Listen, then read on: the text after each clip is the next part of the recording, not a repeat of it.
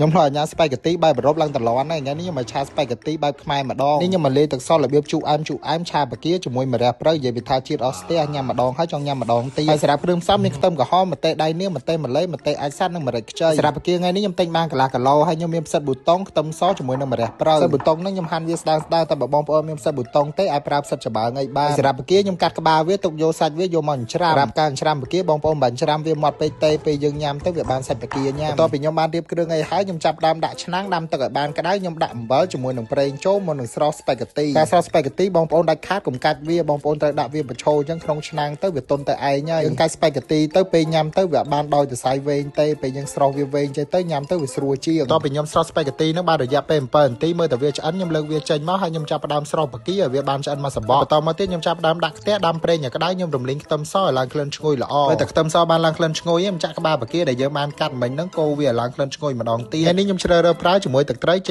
Top Lady ដែលមានក្លិនឈ្ងុយរសជាតិឆ្ងាញ់ខាងទឹកត្រី J Top Lady បង្កើនរសជាតិម្ហូបអាហារស្លឆាទឹកជ្រលក់បានតាមតម្រូវការតមកទៀតខ្ញុំបន្ថែមស្ករសចំនួន1 ល្ព្រាបាយកូរវាឲ្យសព្វហើយខ្ញុំដាក់សាច់បកាដែលបានច្រាំចូលតែបកាយើងឆាចោះឆាឡើងឆ្អិនបាន 50% ខ្ញុំចាប់ដើមចាក់សិតប៊ូតុងចូលមកសិតប៊ូតុងនេះឆ្អិនលឿនទេបងប្អូនឆាវាប្រហែលតែ2នាទីនឹងវាសពប់ហើយរសជាតិខ្ញុំបន្ថែមទឹកប៉េងប៉ោះចំនួន2 ល្ព្រាបាយហើយថ្ងៃនេះខ្ញុំជ្រើសរើសប្រើជាមួយនឹងទឹកម្ទេស J Top Lady ដែរដាក់ទឹកម្ទេសមួយទឹកប៉េងប៉ោះចូលហើយក្លិននឹងឈ្ងុយហើយបន្តមកទៀតខ្ញុំដាក់បកាដែលបានស្រោសហើយនឹងហើយខ្ញុំដាក់ខ្ទឹមក្រហមខ្ញុំបន្ថែមម្ទេសដៃនាងម្ទេសម្លេម្រេចខ្ចីអីហ្នឹងចូលមកអស់មកបន្ទាប់ពីយើងបានឆាគ្រឿងមួយបកាបានសប់ចូលគ្រឿងគ្នាល្អហើយយើងចាប់ផ្ដើមចាក់តែសាច់ស្ប៉ាហ្គេទីចូលមកតែបន្លែនេះបងប្អូនរៀងបន្ថយភ្លើងបន្តិចប្រយ័ត្នខ្លោចស្ប៉ាហ្គេទីអស់ម្ហូបមួយមុខនេះខ្វាតបានទេគឺម្រះព្រៅវាជួយបង្កើនក្លិនឈ្ងុយទៅកាន់មុខម្ហូបរបស់យើងបងប្អូនអាចសាកពីរបៀបធ្វើឆាស្ប៉ាហ្គេទីជូរអែមនេះបានឆាមួយបកាមួយមឹកអីក៏បានដែរផលិតផល J Top Lady មានលក្ខណៈពិសេសផ្សំឡើងពីវត្ថុធាតុដើមរបស់ខ្មែរជាផលិតផលខ្មែរដែលមានស្តង់ដារខ្ពស់រសជាតិឆ្ងាញ់និងអនាម័យសំខាន់តម្លៃសមរម្យបំផុតផលិតផល J Top Lady មានការអនុញ្ញាតគ្រប់គ្រងនិងអនុលោមតាមចបផ